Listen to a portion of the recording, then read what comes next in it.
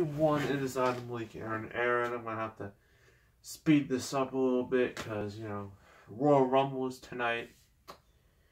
Well, it's Sunday here, but this will come out on Tuesday. You know my schedule. Anywho, we're almost about to begin, well, the pre-show, but no one watches the pre-show. Come on, no.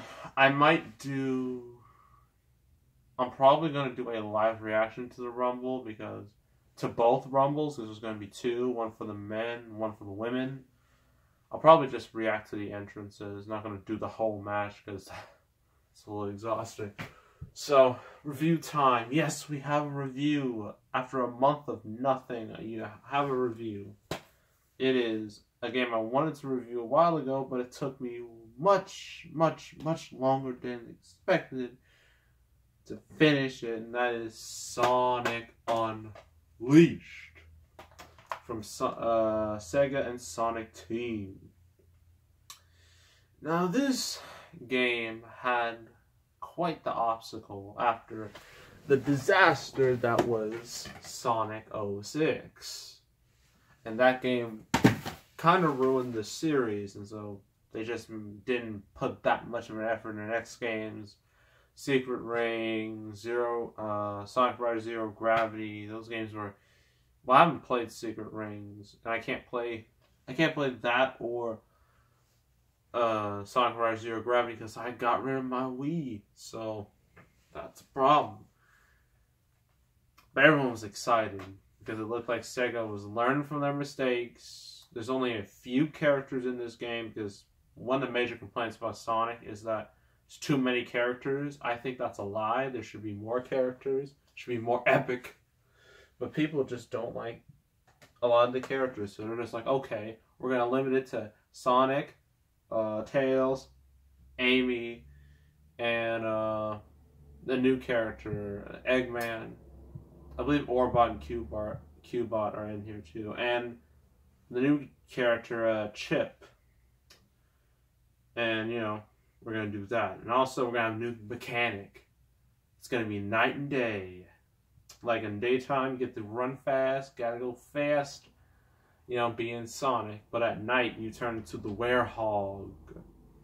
And it basically becomes God of War style combat. And I played God of War, so I know how, you know, it's supposed to be. And the plot is that it starts out like the CGI opening is just incredible. It's incredible to look at. And this came out in 2008, 10 years ago, and it still holds up extremely well visually, and that's impressive. But Sonic's fighting Eggman. It's going as usual until Eggman like captures him and then like literally rips the... Well, he doesn't rip. This is E10. Can't go that far. But takes the Chaos Emeralds out of Sonic and drains them of their power somehow, and then he unleashes like this monster, like the Dark Gaia. This Dark Gaia just literally tears the world. The world just breaks in pieces, literally. And Sonic, like, for some reason, he is now transformed into this Werehog at night. No one knows exactly why, but it just happens. So, and then Sonic meets Chip, who lost his memory, so it's that type of plot. And so Sonic, Chip, and then he meets Tails and Amy and the Professor. They all gotta save the world.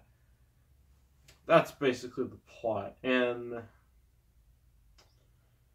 I'm gonna be honest, I have a love-hate relationship with this game, because there's some stuff I really like, and then there's some stuff I really hate.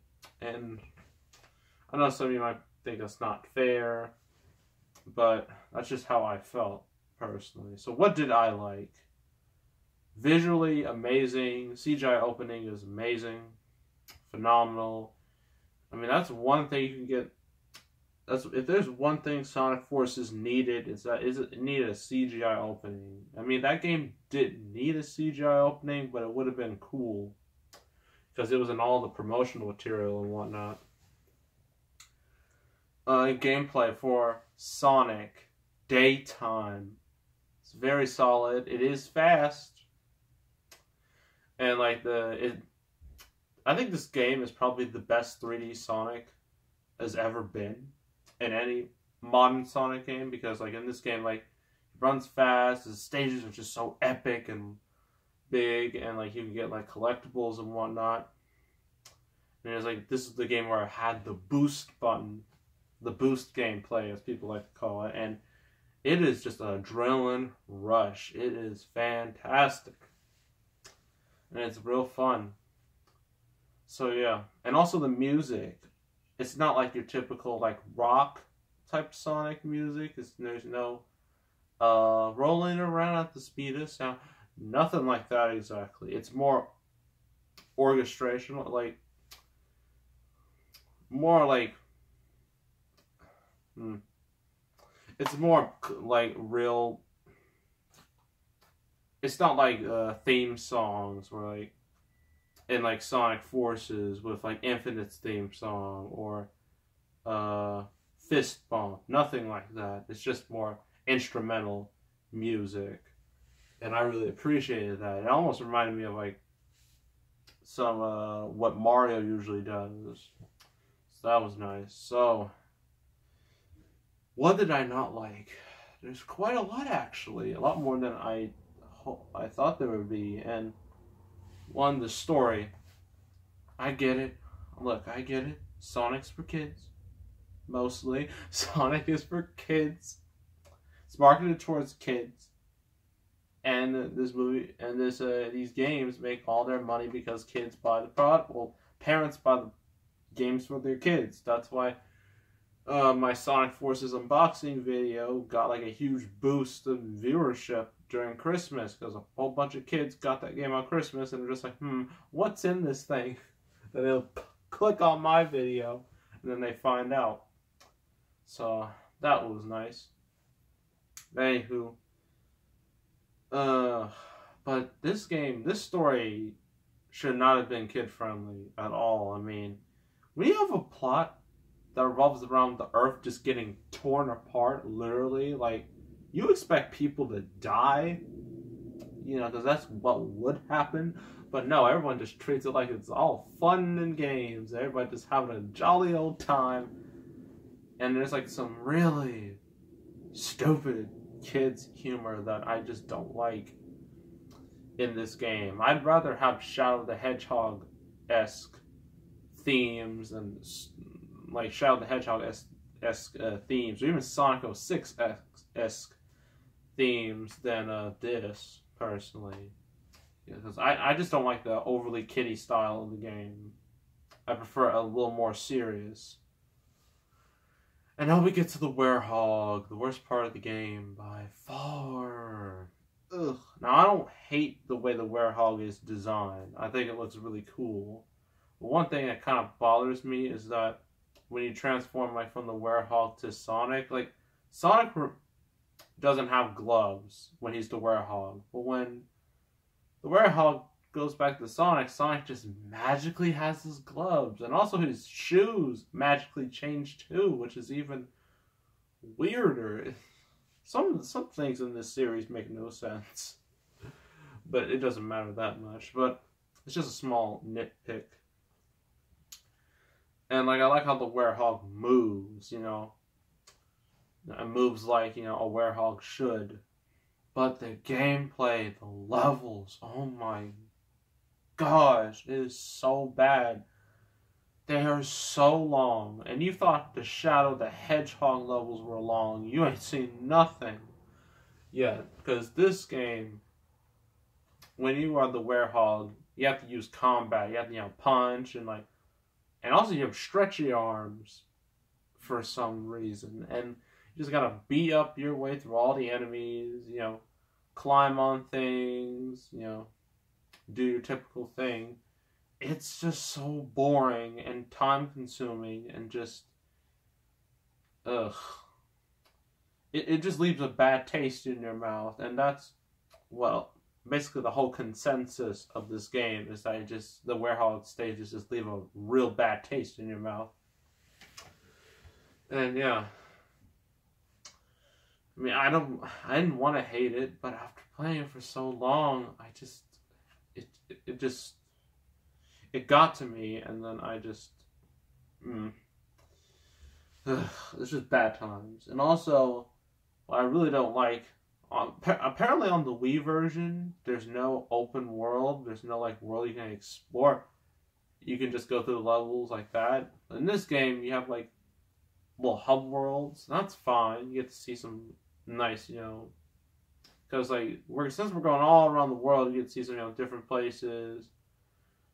Like believe me, China is one of them, but they don't call it China. They call these countries different names. Like we go to all the continents. Like we go to Africa, we go to Europe, we go to. Apparently, Eggman Land is in Australia, which I find a little weird. But whatever, they had to use Australia for something.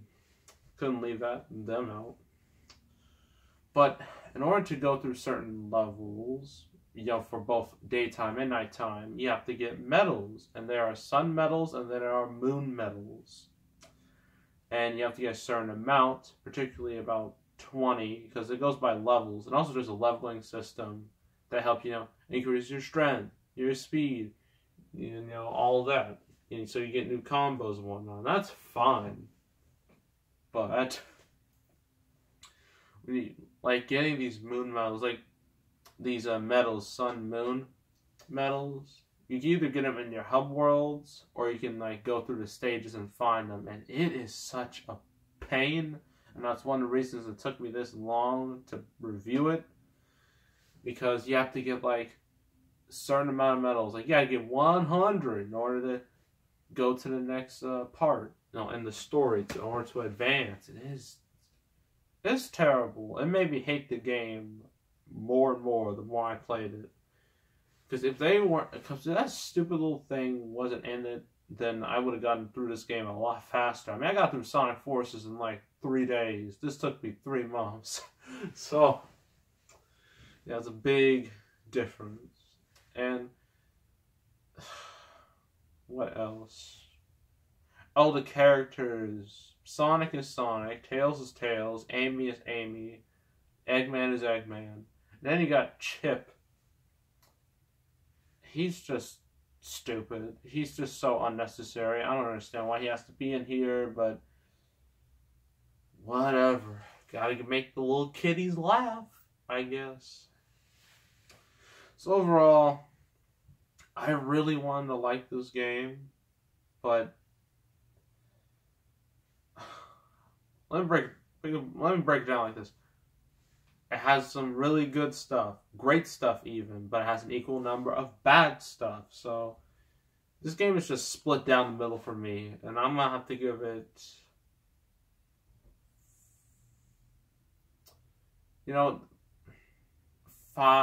maybe a 5 out of 10, 5.5 out of 10.